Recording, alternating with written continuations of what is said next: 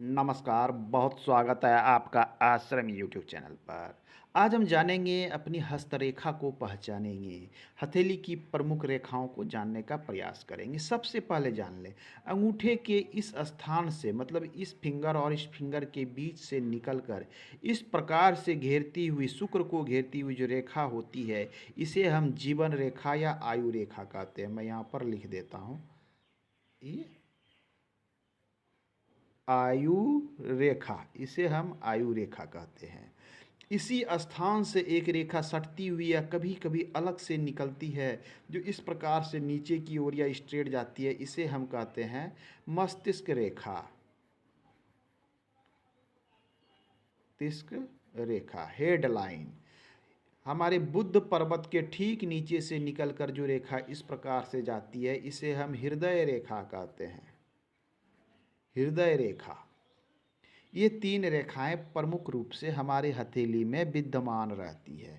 इसके बाद जो चौथी प्रमुख रेखा होती है, उसकी हम बात करेंगे। ये तीन रेखा ध्यान दें, लगभग लगभग 99% लोगों की हथेली में आपको देखने को प्राप्त होगी।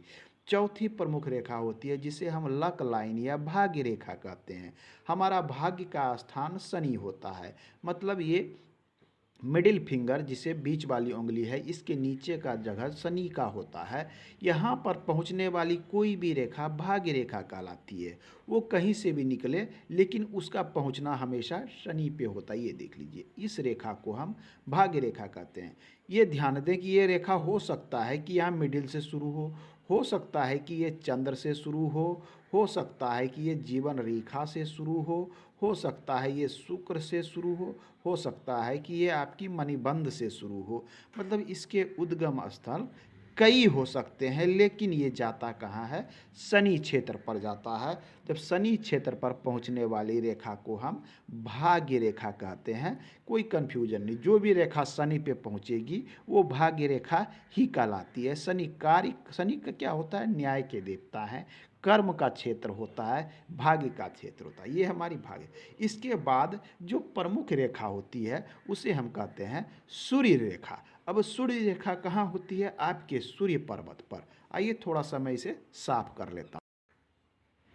ये हमारा अनामिका उंगली है, जिसे रिंग फिंगर कहते हैं, लिटिल फिंगर के ठीक बगल वाली। इसके नीचे का पर्वत सूर्य पर्वत होता है। इस पे जो रेखा पाई जाती है, ये रेखा अधिकतर हथेली में आपको इतनी छोटी ही देखने को प्राप्त होगी। इसे कहते हैं हम सूर्य रेखा। ये 90% हथेली में रेखा छोटी होती है, लेकिन जो भाग्यशाली लोग हैं, बड़े लोग हैं, जिनको जीवन में बहुत कुछ प्राप्त होने वाला है, उनकी सूर्य रेखा काफ़ी आपको लंबी भी देखने को मिलेगी। तो यहाँ पर सूर्य पर पहुँचने वाली रेखा सूर्य रेखा कहती है। इसकी उद्गम स्थल हृदय रेखा से निकल कर पहुँच सकती है, मस्तिष्क रेखा से भी निकल के पहुँच सकती है, राहु क्षेत्र से भी निकल सकती है, आपके भाग्य रेखा से भी निकल सकती है। ये अलग अलग स्थानों से निकलती है, लेकिन ये पहुँचती कहाँ है? सूर्य पर। तो हम देख रहे हैं, एक ये हो गई जीवन रेखा, ये मस्तिष्क रेखा, ये हृदय रेखा, ये भाग्य रेखा, ये हमारी सूर्य रेखा। तो ये 5 रेखा सबसे अधिक महत्वपूर्ण रेखा है।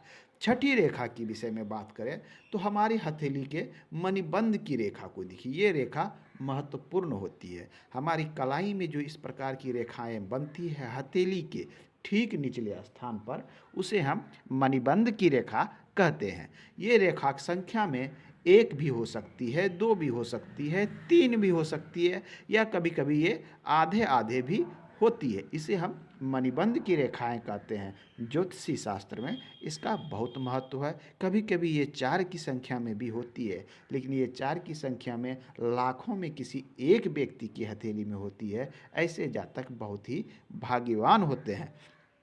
तो आज के अंक में हमने प्रमुख रेखाओं के विषय में जाना। ऐसे तो रेखाएं कई है, मैं स्टेप बाय स्टेप सबके विषय में बताऊंगा। आज के अंक में इतना ही। धन्यवाद।